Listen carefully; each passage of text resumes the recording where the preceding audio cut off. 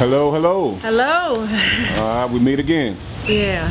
All right. Well, real quick, not going to take too much of your time, and truly want to tell you thank you for coming out. We talked on the phone. We met a couple of times before, and under the circumstances, we truly appreciate this. Okay. All right. Okay. Once again, just to reiterate the main three things: your face will be blurred out, won't see your face.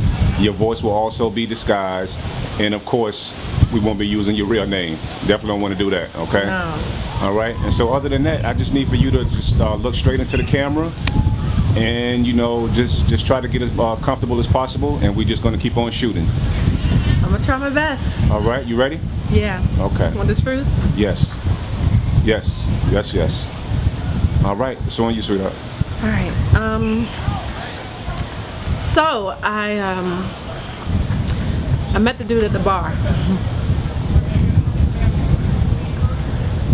I was just really trying to be by myself. I wasn't looking for no company, or I wasn't looking for a guy or anything like that. But it just came upon me, and I actually didn't even look at him directly at first until he asked me my name. And I said, okay. I let him sit down. There's something about him. He was real charming.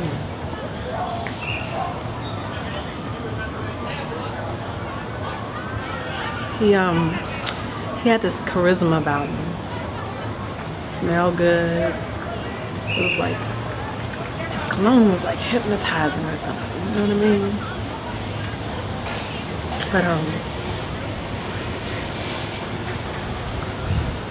But he started talking to me and whispering in my ear, and gave me goosebumps. He had that kind of voice that just was gave me butterflies inside, I think I kind of liked the attention. And I wasn't looking for attention, but there's just something about him, Something about him made me let my guard down. And I'm usually really guarded, but I just let loose with him, Even when I found myself, when he turned away, I was looking at his lips, his teeth. I was noticing he had this real muscular frame under that suit.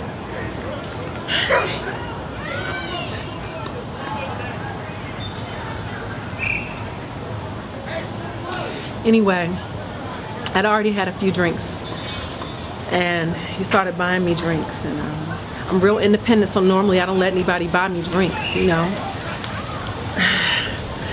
I'm used to doing things for myself, but it was just something about his demeanor that just commanded, respect, and made me want to let him do things for me. So that was crazy, right? No, but I let him in real fast. But so anyway, we talked for a minute, and I smiled, and I thought, all right, let me get myself together. So I excused myself to go to the restroom. When I came back, he had bought me another drink, and I started sipping on my drink and everything. The whole time he's looking in my eyes, telling me how pretty I am and all that. And I started to feel real strange. First, I lied about it. I said I was okay, but I wasn't. So then when I got up, I couldn't keep my balance. So I told him I was ready to go to my car, and I asked him if he could walk me to my car. I gave him my keys. I gave him the keys to my car, and then he put me in a passenger seat. I didn't even question it, I should have, but put me in the passenger seat. I was fine with it. So then he got in the driver's seat, and he leaned over, started rubbing my hair, and asking me, was I okay? At that point, I wasn't. I said, no, I'm not okay. I remember him just looking at me in my eyes and saying, you'll be okay. I'll take care of you. He meant it.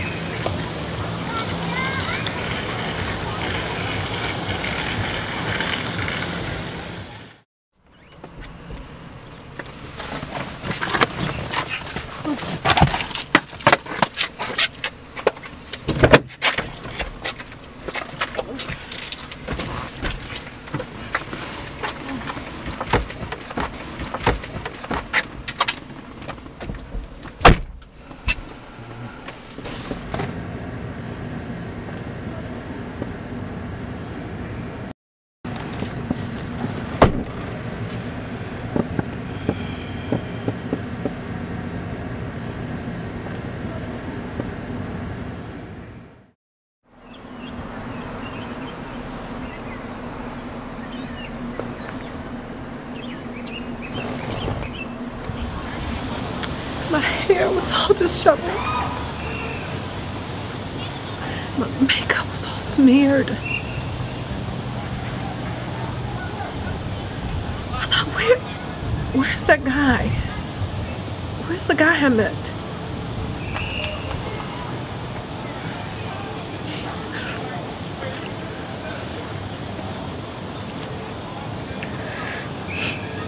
I knew something wasn't right. I didn't know what had happened, but I knew something wasn't right. My clothes were all looked like they had been pulled down off of me. So then I just panicked. I opened the door.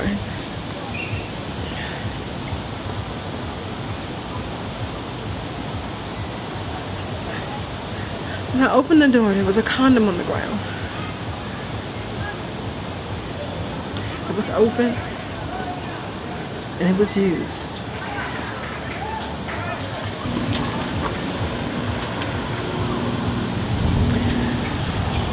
I'm sorry.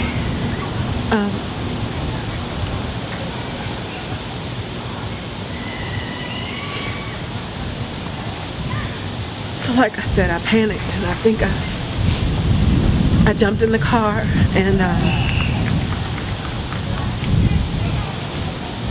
just drove. I drove because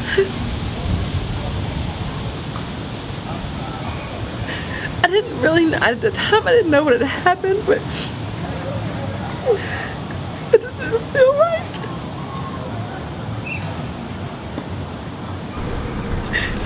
So I just wanted to get home, but I couldn't concentrate. I just was driving because I was just trying to figure out what happened. So I pulled over and I'm sitting in the car. I pull over and I'm laying back and I'm thinking. All of a sudden, all these images started flashing back in my head. Everything was choking me.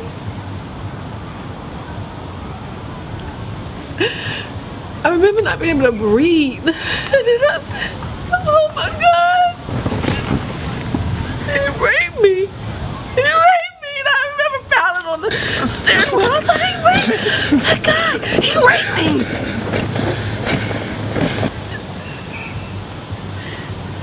And then he wasn't calling me pretty anymore. He started saying, bitch. You know you want it. Bitch. Slut.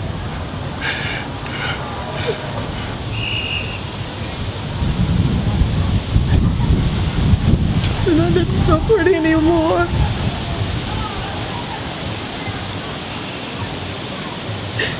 And all I could see, I can remember him just pounding on me and pounding on me, and I couldn't move.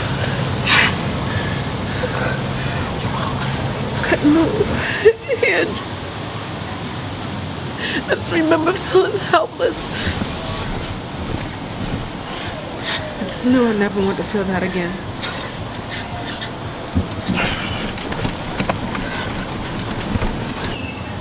The next day, I woke up.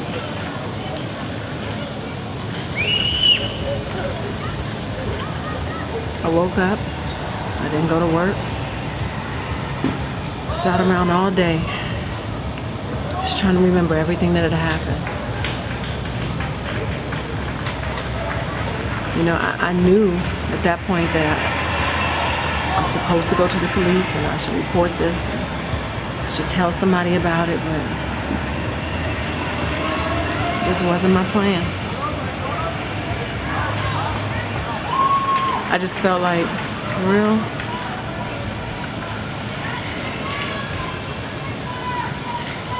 I didn't feel like him going to jail would be vindication enough. I just feel like for what he did to me and how he had wronged me, that I had to do more. It wasn't good enough. It wouldn't make me feel better. It wouldn't allow him to feel the pain that I felt. So I came up with a plan. A deadly one. I knew that if this man was bold enough to do what he did to me, out in the middle of the day in the daylight, meet me at a bar, I figured he'd be back out there doing the same thing the next day, trying to get somebody else. So I decided to go out there and meet him. Sat in my car and I watched him. Watched him walk out to his car, get in his car. He wasn't thinking about me. So, you know, I followed him and finally it looked like he kind of veered off to this park, this kind of desolate area.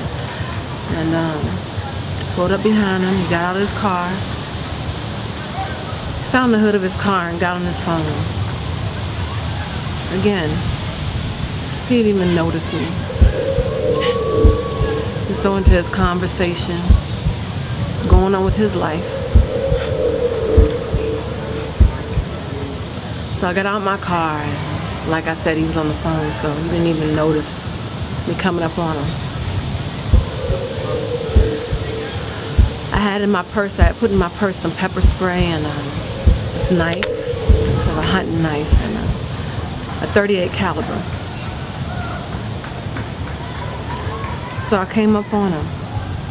Before he could even notice me, he turned around. He must have heard me. I sprayed the pepper spray in his eyes, and he fell down to the ground. And at that point, he was just kind of frantic. He was helpless, but he was still trying to lunge at me.